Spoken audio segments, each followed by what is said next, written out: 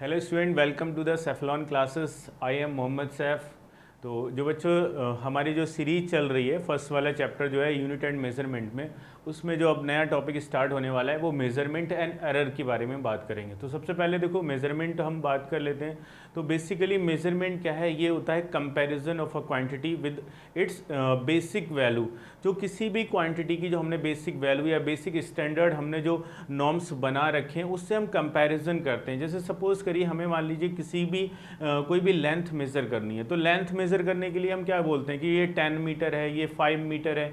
तो हम क्या, इसका मतलब तो यही है कि हम उसको कंपैरिजन कर रहे हैं, यानी कि उसको हम कंपेयर कर रहे हैं 1 मीटर से। हमने एक नॉर्म्स डिसाइड कर रखा है कि भैया इतनी जो आपके पास इरेडियम की जो रॉड है जो रखी हुई है आपकी, है ना, उस रॉड को हमने एक नॉर्म्स मान रखा है, उस रेडियम की रॉड को, भाई इसकी लेंथ जो है वो 1 मीटर है। तो अब आप जितनी भी लेंथ आप मेजर करोगे उसका आप उसका 2 गुना करोगे, 3 गुना करोगे, 4 गुना करोगे। तो बेसिकली क्या है, आप यहाँ पर कंपेयर कर रहे हो। जैसे सपोज करिए आप क्या कर रहे हो कि आप मास मेजर कर रहे हो, किसी भी क्वांटिटी का आप मास मेजर कर रहे हो कि वो कितने केजी है।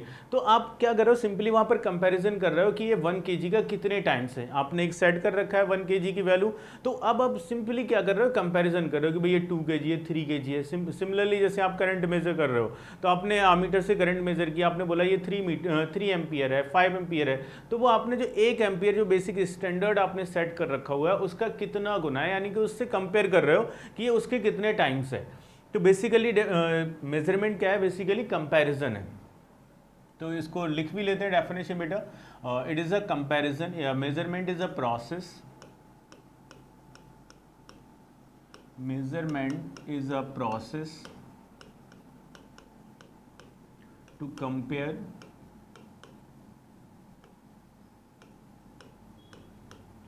compare a physical quantity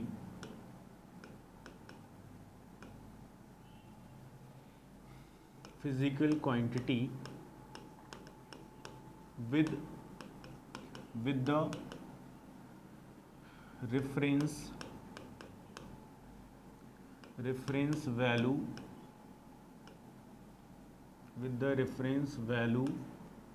or basic standard of the quantity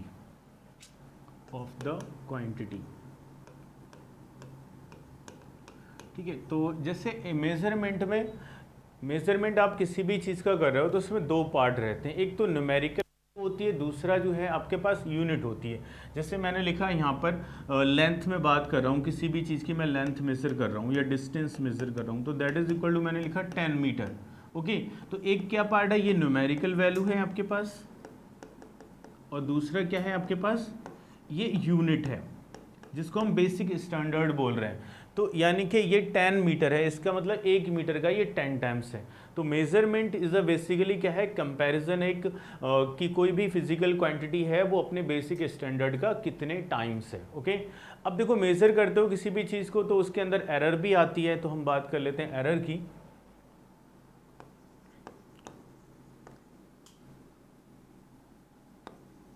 error, या फिर इसको नेक्स्ट पेज पे लिख देते हैं, ठीक है। एरर क्या है, जो आपके पास सिंपली डिफरेंस है। जो आपने कोई भी वैल्यू, आपने कोई एक्सपेरिमेंट किया, तो एक्सपेरिमेंट करने के बाद जो आपकी वैल्यू आपने मेज़र की, तो वो मेज़र वैल्यू और जो एक्चुअल वैल्यू में डिफरेंस है, that is known as error. तो it is the difference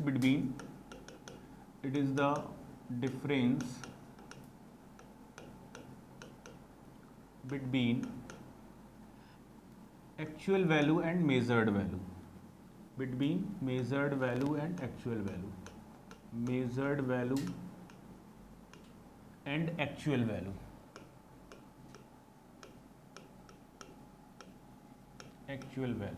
okay. तो यहाँ पर यानी कि एरर इज इक्वल टू कितना आ जाएगा आपके पास, error is equal to measured value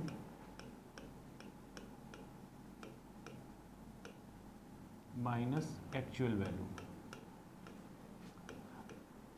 अब यहाँ पर जो है, जैसे हो सकता है कि मेजर्ड वैल्यू जो है वो आपकी एक्चुअल वैल्यू से ज़्यादा है, या फिर ये भी हो सकता है कि जो मेजर्ड वैल्यू वो आपकी एक्चुअल वैल्यू से कम है। तो अगर मेजर्ड वैल्यू एक्चुअल वैल्यू से ज़्यादा है तो उसको हम बोलते हैं पॉजिटिव एरर, ठीक है। If measured value measured value is greater than actual value, then the error is known as positive error. Positive error, अगर मान लीजिए जो आपकी मेजर्ड वैल्यू है वो एक्चुअल वैल्यू से कम है, if measured value is less than actual value, तब क्या होगा बेटा, उस केस में आपके पास जो एरर कहलाएगी वो निगेटिव एरर कहलाएगी।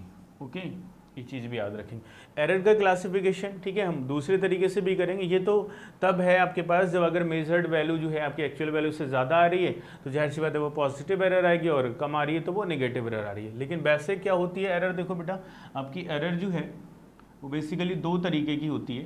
तो यहाँ पर बेटा हम एरर का क्लासिफिकेशन कर लेते हैं। देखो कितने टाइप की होती है। बेसिकली जो एरर है बेटा आपकी दो तरीके की होती है। एक तो होती है सिस्टमैटिक एरर और दूसरी होती है रैंडम एरर।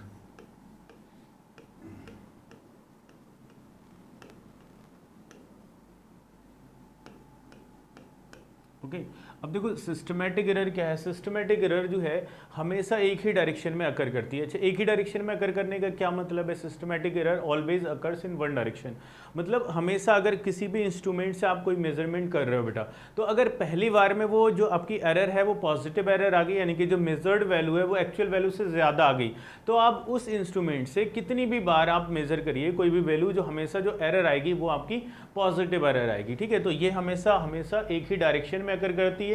और यहाँ पर ये जो सिस्टमैटिक एरर होती है पर्टिकुलर लॉ को फॉलो करती है। अगर हम वो लॉ पता लगा लें कि ये किस लॉ को फॉलो कर रही है, किस पैटर्न को फॉलो कर रही है, पर्टिकुलर पैटर्न को फॉलो करती है, अगर हम उस पैटर्न को फॉलो कर लें तो हम इसको मिनिमाइज कर एकदम से बल्कि रिमूव कर सकते हैं। सिस्टमैटिक एरर को मिनिमाइज नहीं बल्कि हम रिमूव कर सकते हैं। तो यहाँ पर लिख भी लेते हैं बेटा इस चीज़ के बारे में। Systematic error it is always occurs,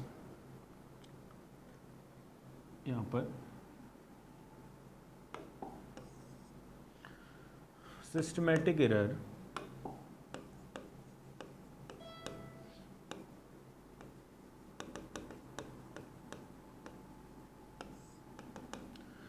it is occurs always in one direction.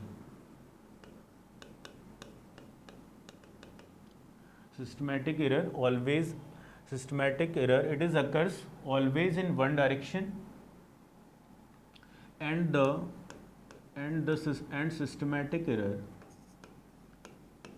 systematic error follow a definite pattern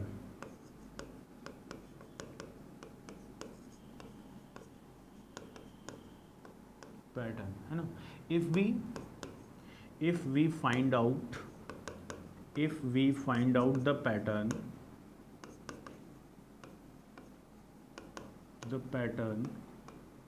then we can remove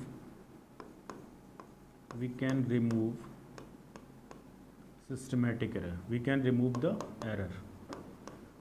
okay, अब ये देखो कितनी तरीके की होती है सिस्टमैटिक एरर। जनरली तीन तरीके की होती है सिस्टमैटिक एरर। एक तो होती है आपके पास इंस्ट्रूमेंटल एरर, दूसरी होती है आपके पास imperfection in procedure and apparatus. तो यहाँ पर जो है मैं आपको, और थर्ड जो होती है आपके पास वो पर्सनल एरर होती है। तो बेसिकली तीन तरीके की होती है, हम यहाँ पर डिस्कस कर लेते हैं कौन कौन सी होती है। जो आपके पास सिस्टमैटिक एरर है, सिस्टमैटिक एरर, ओके, ये तीन तरीके की होती है। पहली तो क्या है आपके पास इंस्ट्रूमेंटल एरर है। इंस्ट्रूमेंटल एरर आपको बेटा इसको रटने की ज़रूरत नहीं पड़ेगी, देखो जैसा नाम से है मैं अभी बताऊंगा, इसको एक्सप्लेन करूंगा क्या होती है इंस्ट्रूमेंटल एरर। ठीक है, दूसरी है इम्परफेक्शन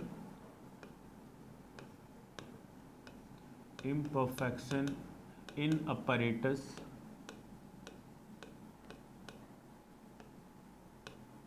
एंड प्रोसीजर।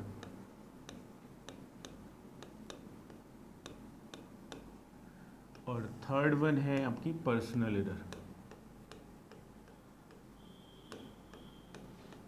देखो जैसे जैसे नाम है वैसी वैसी ये एरर भी है। जैसे आपके पास इंस्ट्रूमेंटल एरर है, तो ये जो सिस्टमैटिक एरर है, इंस्ट्रूमेंटल एरर है, ये arises due to defect in instrument. जैसे आपके पास कोई भी आपने इंस्ट्रूमेंट जब at the time of manufacturing कुछ ना कुछ इसके अंदर डिफेक्ट आ गया, या मान लीजिए ट्रांसपोर्टेशन के टाइम कोई डिफेक्ट आ गया, तो वो एरर कहलाती है आपके पास इंस्ट्रूमेंटल एरर। तो it is arises due to, instrumental error में लिखेंगे बेटा, it is arises due to defect in instrument।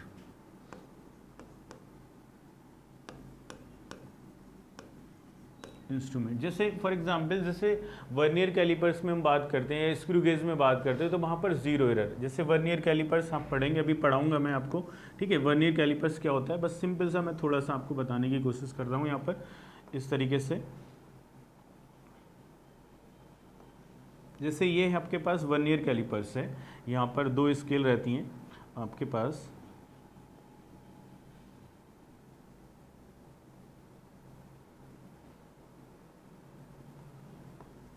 दो स्केल होती है, एक मूविंग स्केल होती है, जैसे ये मूविंग स्केल है।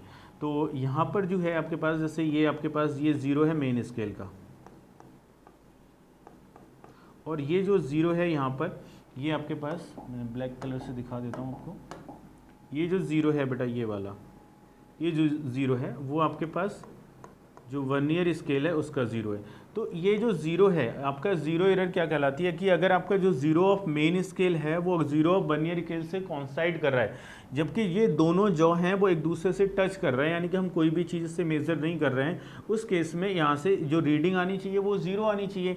यानी कि तब ज़ीरो रीडिंग कब आएगी, जब मेन स्केल का ज़ीरो है वो आपका, ये जो आपके पास ये जो वर्नियर स्केल है, जो ये वाली जो मूविंग स्केल है, इसका ज़ीरो से अगर कॉन्साइड कर रहा है, तो उस केस में आपका जो इंस्ट्रूमेंट है वो एकदम एक्यूरेट मेज़र करेगा। लेकिन अगर मान लीजिए कोई डिफेक्ट आ गया, इसको बनाते टाइम कोई डिफेक्ट आ गया, या ट्रांसपोर्टेशन के टाइम कोई डिफेक्ट आ गया, ये जो ज़ीरो है वर्नियर कैलिपर्स का, वो वर्नियर कैलिपर्स का मतलब मेन स्केल का ज़ीरो और जो वर्नियर स्केल का ज़ीरो है वो दोनों एक दूसरे से कॉन्साइड नहीं कर रहे हैं। तो उस केस में क्या है, ये कुछ ना कुछ, जब दोनों जो हमने कुछ भी नहीं रखा तब भी ये कुछ ना कुछ रीडिंग दे रहा है, तो ये कहलाती है आपकी ज़ीरो एरर। तो ये इंस्ट्रूमेंटल एरर, ये इंस्ट्रूमेंट के अंदर है, ठीक है। तो ये आपके पास ये एरर जो है, अगर मान लीजिए पहले ज़ीरो जो है आपके पास, ये जो वर्नियर कैलिपर्स का ज़ीरो है, ठीक है, ये और जो मेन स्केल का ज़ीरो है, अगर मेन स्केल का जो ज़ीरो है वो वर्नियर कैलिपर्स के ज़ीरो से आगे है तो वो पॉजिटिव एरर कहलाएगी, उसको डिस्कस करेंगे। और अगर ये जो ज़ीरो है इसके पीछे है तो वो निगेटिव ज़ीरो एरर कहलाएगी। तो यानी कि आपके पास जो है ये अगर पहली बार में ही, यानी कि ये जो मेन स्केल का ज़ीरो आ गया वो इसके ज़ीरो से आगे आ गया, यानी कि कुछ ना कुछ ये मेज़र कर रहा है, तो पॉजिटिव ज़ीरो एरर आ गई। तो अब कितनी भी बार आप इससे मेज़र करो, ये हमेशा क्या करेगा, ये कुछ ना कुछ एरर ज़्यादा ही, कुछ ना कुछ मेजर्ड वैल्यू जो होगी वो एक्चुअल वैल्यू से ज़्यादा ही मेज़र करेगा। इसीलिए मैंने आपको बोला था कि सिस्टमेटिक एरर जो होती है वो हमेशा एक ही डायरेक्शन में अगर करती है। तो अगर इससे जो इनिशियल जो ज़ीरो एरर है इसकी, वो ज़ीरो एरर जो है वो पॉजिटिव है, तो वर्नियर कैलिपर से आप कितनी भी बार कोई भी वैल्यू मेजर करिए वो हमेशा ज़ीरो ही आनी है, ठीक है। तो इसलिए इसको सिस्टमेटिक एरर को हम बोलते हैं कि हमेशा एक ही डायरेक्शन में अकर करती है। दूसरा यहाँ पर ये है जो आपके पास इम्परफेक्शन, इसमें देखो यहाँ पर imperfection in apparatus and procedure. तो इसमें जो आप अपैरेटस डिज़ाइन कर रहे हो तो वहाँ की जो इन्वायरमेंटल कंडीशन है, वेदर कंडीशंस हैं, वो क्या है उसके ऊपर भी हमें देखना होता है। मान लीजिए कोई भी आप टेम्परेचर से रिलेटेड आप एक्सपेरिमेंट कर रहे हो, मान लीजिए वो एक्सपेरिमेंट आपको 25 डिग्री सेल्सियस पर रूम टेम्परेचर पर करना था। अब आप उसको जो है किसी दिन बहुत ज़्यादा गर्मी है, आप उस दिन टेम्परेचर जो है 40 डिग्री सेल्सियस है, उस दिन आप ओपन में उसको कर रहे हो, तो जाहिर सी बात है वहाँ पर जो रीडिंग आपकी आनी है वो एक्यूरेट नहीं आएगी। तो ये क्या है आपके पास, ये इम्परफेक्शन इन प्रोसेस, ये इसी के अंदर लाई करता है, imperfection and process, imperfection in apparatus and procedure. तो ये जो आपकी इन्वायरमेंटल कंडीशन की वजह से जो एरर जनरेट होती है वो आपकी कहलाती है imperfection in procedure and apparatus. अब यहाँ पर दूसरी एक एरर और भी होती है, जैसे कैलिब्रेशन करते हैं हम। तो अगर मान लीजिए आप कैलिब्रेशन कर रहे हो, आपने कैलिब्रेशन ढंग से नहीं किया है ना, कैलिब्रेशन सपोज करिए, जैसे आपने मान लीजिए यहाँ पर कोई भी कैलिब्रेशन कर रहे हो, आपने मान लिया कि आपके पास वोल्ट मीटर से आप वोल्टेज मेजर कर रहे हो, तो आपको पता है कि अगर उसका जो डिफ्लेक्शन हो रहा है वो 1 डिग्री हो रहा है, तो आपने उसको दे दिया 1 वोल्ट के इक्विवेलेंट दे दिया, है ना। तो यहाँ पे कैलिब्रेट कर रहे हो, तो अगर मान लीजिए आपने वो कैलिब्रेशन नहीं सही किया, मान लीजिए वो 1 डिग्री से कुछ कम था और आपने उसको भी वो 1 वोल्ट दे दिया, तो ये एरर हमेशा उसके अंदर रहेगी। तो आपको यहाँ पर कैलिब्रेशन और जो इन्वायरमेंटल कंडीशन है वो आपको सही करनी पड़ेंगी। तो ये it is arises due to environmental conditions।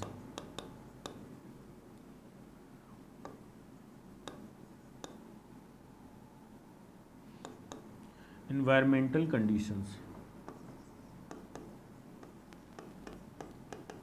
Okay. Next है हमारे पास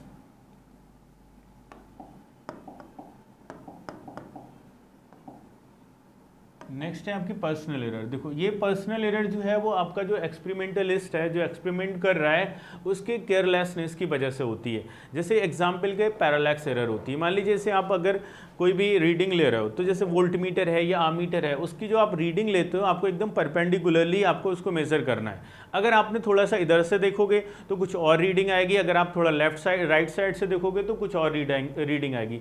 तो ये जो है पर्सनल एरर, जैसे नाम से भी क्लियर हो रहा है कि पर्सनल एरर ये पर्सन टू पर्सन डिपेंड करेगी। तो ये it is arises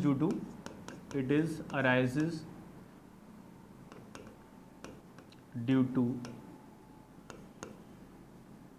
carelessness of एक्सपेरिमेंटलिस्ट।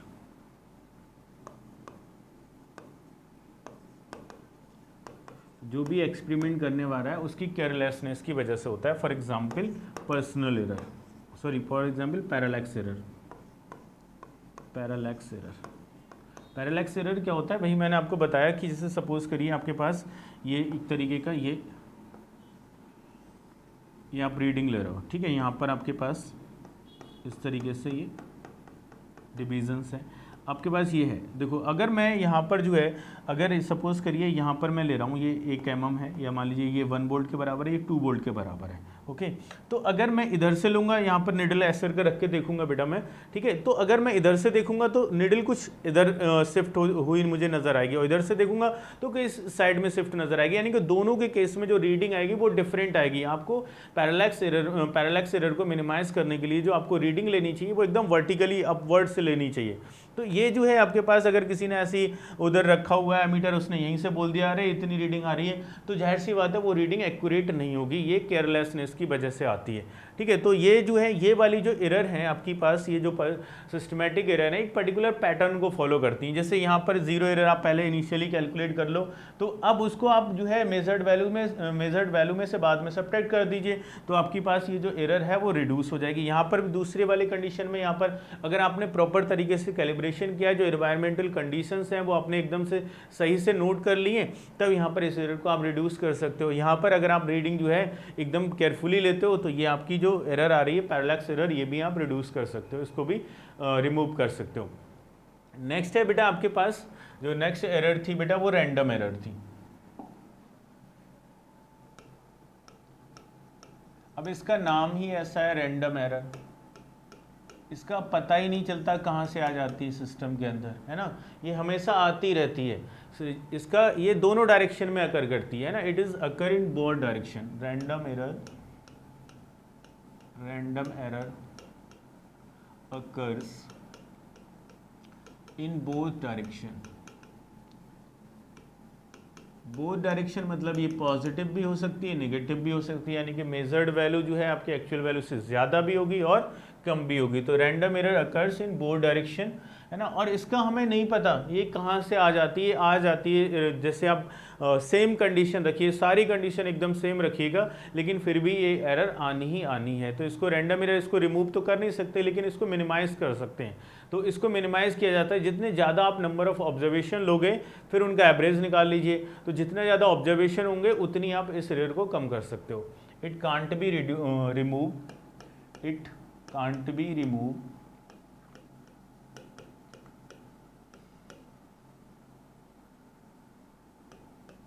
but can be minimized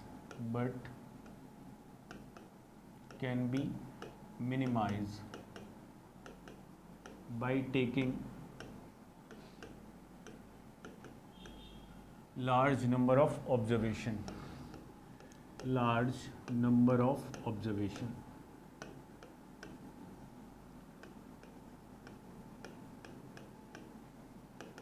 okay, तो ये तो थी आपके पास जो एरर हैं आपके दो तरीके की थी, आपके पास सिस्टमैटिक एरर थी और दूसरी रैंडम एरर थी, तो उनका क्लासिफिकेशन हमने देखा। अब एक और एरर होती है जो कि आपकी जनरली आ ही जाती है, जिसको बोलते हैं लीस्ट काउंट एरर। तो लीस्ट काउंट एरर से पहले हम लीस्ट काउंट जान लेते हैं क्या होता है। देखो, लीस्ट काउंट क्या है बेटा, जैसे कोई भी आपने इंस्ट्रूमेंट बनाया तो वो इंस्ट्रूमेंट की कोई कुछ ना कुछ पर्टिकुलर वैल्यू होगी कि उससे कम वैल्यू आप उस इंस्ट्रूमेंट से मेजर नहीं कर सकते, ठीक है। जैसे आपके पास कोई मीटर स्केल्स है, तो मीटर स्केल में वो आपके पास 1 mm तक के आपके वो डिविजन्स रहते हैं, तो आप 1 mm तक वहाँ से मेजर कर सकते हो, 1 mm से कम आप मीटर स्केल से मेजर नहीं कर सकते। ऐसे ही आपके पास वर्नियर कैलिपर्स है, तो वर्नियर कैलिपर से आप 0.1 mm तक मेजर कर सकते हो। स्क्रू गेज है, उससे आप कितनी मिनिमम वैल्यू मेजर कर सकते हो, 0.01 mm तक, ठीक है। तो किसी भी इंस्ट्रूमेंट की वो मिनिमम वैल्यू जो डायरेक्टली वो मेजर कर सकता है उसको हम बोलते हैं least count of the instrument. तो डेफिनेशन बेटा लिख लेते हैं इसकी, है ना। Least count is the minimum value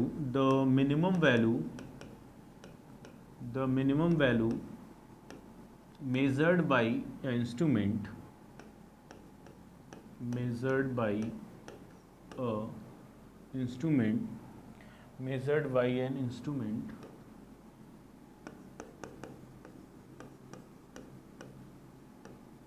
directly is known as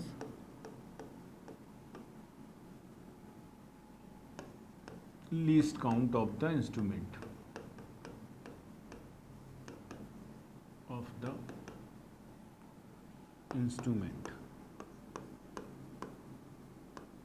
okay. अब जैसे लीस्ट काउंट कितना होता है, देखो least count of vernier callipers का जो लीस्ट काउंट होता है बेटा वो 0.1 mm होता है या 0.01 सेंटीमीटर। ओके, ऐसे ही आपके पास least count of screw gauge पढ़ेंगे बेटा, ये सब चीज़ें हम स्क्रू गेज और वर्नियर कैलिपर्स, इसमें जो इसकी जो minimum value that can be measured by screw gauge is 0.01 mm, okay, या 0.001 सेंटीमीटर, इतनी हम वैल्यू आप मेज़र कर सकते हो। अब देखो यहाँ पर जो है लीस्ट काउंट जो है, मतलब इतनी जो लीस्ट काउंट होती है किसी इंस्ट्रूमेंट की, वही आपकी लीस्ट काउंट एरर भी कहलाती है। जैसे सपोज़ करिए हमारे पास जो वर्नियर कैलिपर से आपने कोई वैल्यू मेज़र की, सपोज़ करिए आपने वैल्यू मेज़र की 2.15 सेंटीमीटर, आपने किसी भी मतलब वर्नियर कैलिपर से आपने 2.15 सेंटीमीटर वैल्यू मेज़र की है। अब आपके पास देखो इसमें एरर कितनी होती है, आपके वर्नियर कैलिपर्स में 0.01 सेंटीमीटर की एरर होती है। तो ऐसे समझिए जैसे हमारे पास यहाँ पर ये एक तरीके से बने हुए हैं, ऐसे ये हैं, तो ये वैल्यू है आपके पास 2.14, ये है आपके पास 2.15 सेंटीमीटर में है बेटा, और ये कितनी होगी 2.16 है। तो अगर मान लीजिए आप ये वैल्यू मेजर कर रहे हो, अगर मान लीजिए आपकी वैल्यू यहाँ पर, आपका जो पॉइंटर है वो यहाँ पर आ जाता है या यहाँ पर आ जाता है, तो अगर मान लीजिए 2.14 है, ठीक है, और ये 2.15 है, अगर मान लीजिए 2.147 हो तब आप कितनी लोगे, तब भी आप 2.15 तो लोगे। जैसे अगर मान लीजिए 2.14 है, 4 के आगे 6 लगा दिया मैंने, ओके, तो तब भी आप कितना मेजर करोगे, 2.15 बोलोगे। ऐसे ही अगर मान लीजिए आपके पास यहाँ पर 157 है इस तरीके से, तब भी आप कितना मेजर करोगे, 2.57 नहीं, थोड़ा सा कम जाइए इसे, 54 है बेटा, यानी कि ये यहाँ तक इसके बीच में है, यानी कि इसका जो मिड पॉइंट है बेटा और इसका मिड पॉइंट है, ओके। तो इनके बीच में अगर ये पॉइंटर लाई कर रहा है तो आप कितनी वैल्यू लोगे, 2.15, यानी कि तो जो मैक्सिमम यहाँ पर जो एरर हो सकती है, ठीक है, वो पॉसिबल एरर वो कितनी हो जाएगी, 0.01 सेंटीमीटर, ओके, इतनी हो सकती है। तो ये जो है आपके पास ये, क्योंकि इससे कम तो आप वैल्यू मेजर कर नहीं सकते, ये 1 mm यानी कि 0.1 mm के ये आपके पास डिवीजन की वैल्यू 0.1 mm है, ठीक है। तो ये इससे कम, जैसे यहाँ पर लाई कर रहा है ये पॉइंटर, इधर लाई कर रहा है, तो इतनी एरर आ ही जानी है उसके अंदर। तो ये आपके जितना लीस्ट काउंट होता है किसी भी इंस्ट्रूमेंट का, वो लीस्ट काउंट एरर भी कहलाती है, ओके। तो इसके बाद जो है ये आपके पास ये टाइप्स ऑफ एरर थे। इसके बाद हम बात करेंगे कि एक्यूरेसी क्या होती है ना, प्रिसीजन क्या होता है, और एरर को कैसे कैलकुलेट करते हैं, एब्सोल्यूट एरर क्या है, वो हम नेक्स्ट वीडियो में बात करेंगे। थैंक यू बच्चों।